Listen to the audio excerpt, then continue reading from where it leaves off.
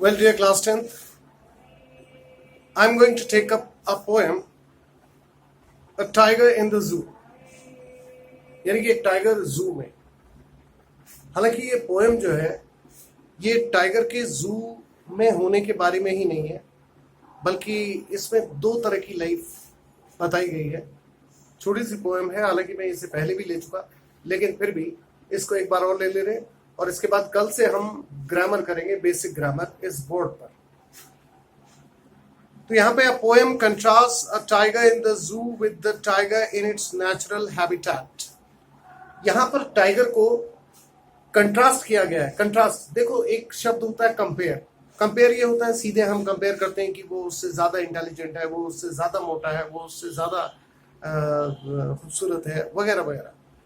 लेकिन कंट्रास्ट ये होता है कि एक तरफ वो तो वैसा है और दूसरी तरफ वो वैसा है, like that. So contrast means two opposite sides. So here it is about the life of a tiger, and two different sides of tiger have been taken up here. Now see, this poem contrasts the tiger in the zoo with the tiger in its natural habitat. The poem moves from the zoo to the jungle. Zoo के बारे में भी बताया गया है, जंगल के बारे में भी, and back again to the zoo. यानी कि एक बार जू के बारे में और फिर उसकी लाइफ इन जंगल बताई गई है और फिर दोबारा जू के बारे में.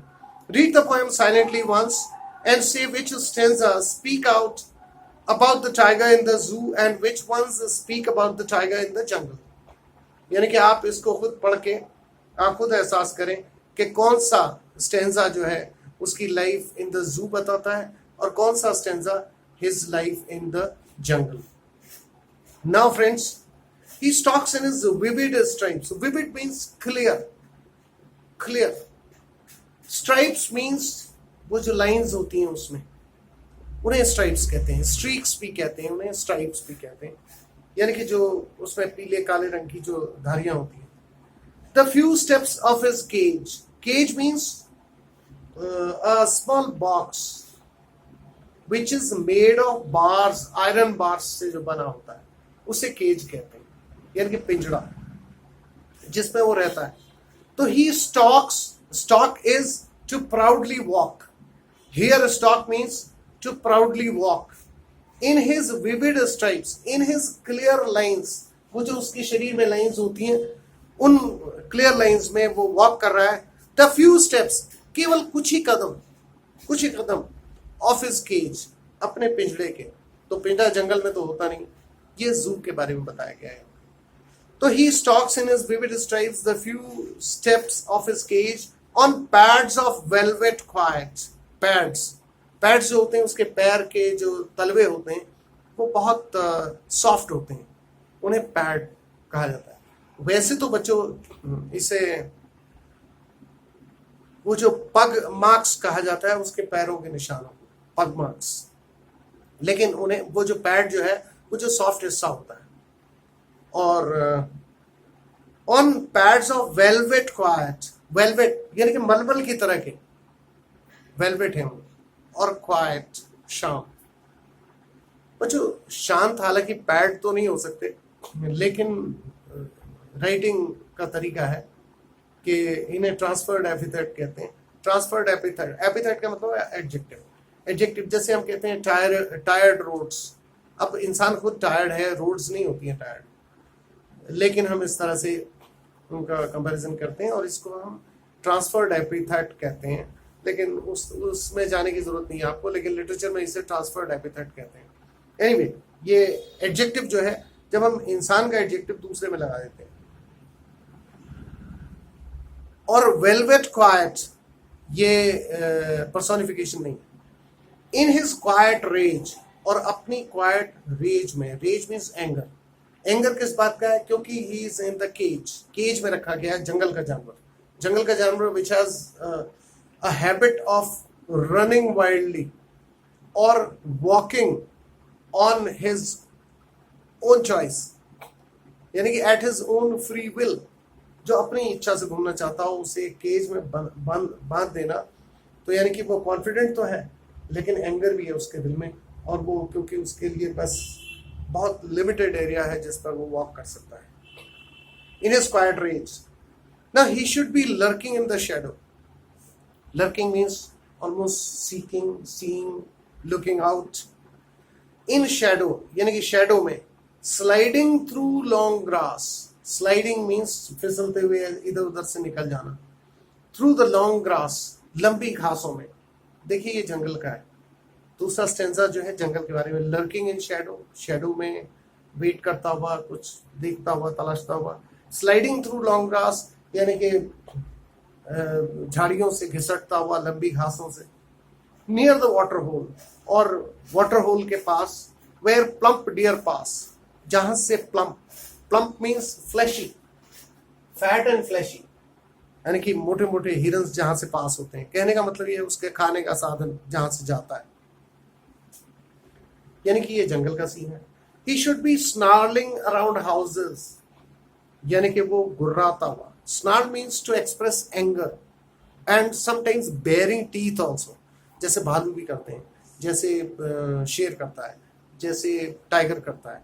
They all snarl. Even dogs also snarl. Around houses यानी कि घरों के आसपास, गुस्से में घूमते हुए. At the jungle's edges, जंगल के edges पे, किनारों पर. Edges means at the end of the jungle or at the corner of the jungle. Bearing his white fangs, अपने white fangs दिखाते हुए. fangs वैसे तो fangs जो हैं अगर सांप के हैं तो वो जो जीभ लपलपाती है उन्हें fangs कहते हैं, लेकिन यहाँ पे दांतों से आते हैं. His claws, और अपने पंजे, claws. Terrorizing the village, यानी कि गांव को terrorize करता हूँ. यानी कि ये again this scene belongs to the jungle. यानी कि it is not of the cage or the zoo. It is not of the zoo. Now, but he is locked in a concrete cell. अब ये दोबारा zoo का scene आ गया. देखिए, he is locked in a concrete cell. Concrete माने cement वगैरह का बना हुआ cell. वहां locked है. तो कहाँ होता है ऐसा? ऐसा zoo में होता है. तो but he is locked in a concrete cell. His strength behind bars, यानी कि उसकी जितनी भी ताकत है वो सब behind bars है. बार्स, लोहे की जो बार्स, छड़ें लगी होती हैं, उनके पीछे वो रहता है. Stalking the length of his cage, यानी कि सिर्फ अपनी लेंथ ऑफ हिज केज, जितना उसमें यानी कि पिंजरे में जगह है उतना ही घूम सकता है. इग्नोरिंग विजिटर्स, और वो अक्सर विजिटर्स, जो जू में विजिटर्स आते हैं उनको ज्यादा देखता भी नहीं, उनकी तरफ गौर नहीं करता है.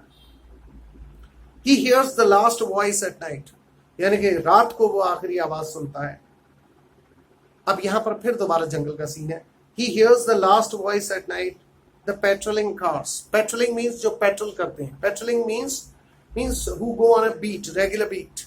Beat कहते हैं बच्चों, जैसे राउंड पे जाने को जिसे कहते हैं. They go on a regular round. तो जंगल में जो है वो जो जंगल में गार्ड्स वगैरह होते हैं, जो जंगल के कीपर्स होते हैं, they take a round at night also in order to see that they are perfectly well, the animals are perfectly well. So the patrolling cars, and stares with his brilliant eyes. Stare means to look fixedly. He looks fixedly. With his brilliant means bright eyes, sparkling eyes. At the brilliant stars, और आसमान में brilliant eyes से वो brilliant stars की तरफ भी देखता है. ये लेस्ली नॉरिस की पोएम थी, A Tiger in the Zoo. यानी कि हालांकि as I told you at the beginning itself, कि the poem is not only about the tiger in the zoo, it is also about the tiger in the jungle as well. Now जैसे यहाँ पे बच्चों इसमें thinking about the poem दिया हुआ है कि read the poem again and work in pairs or groups and to do these following tasks. एक तो ये है कि find out the words that describe the movements and actions of the tiger in the cage and in the wild. अब जैसे cage के action हैं कि the means he stalks a few steps in his cage. ये है जैसे फिर अगर हम दोबारा से इसे देखें तो कि जैसे but he is locked in a concrete wall, his strength behind bars, stalking the length of his cage. यानी कि ये जो उसके मूवमेंट्स हैं और एक्शंस हैं वो केज के. ऐसे ही फिर उसके जो एक्शंस हैं जंगल के, उनको भी आपको कोट करना है. जैसे माना जंगल में लर्किंग इन शेडो, या sliding through the long grass, या near the water hole where plump deer pass. ये जो हैं ये उसके जंगल की हरकतें हैं. Now find the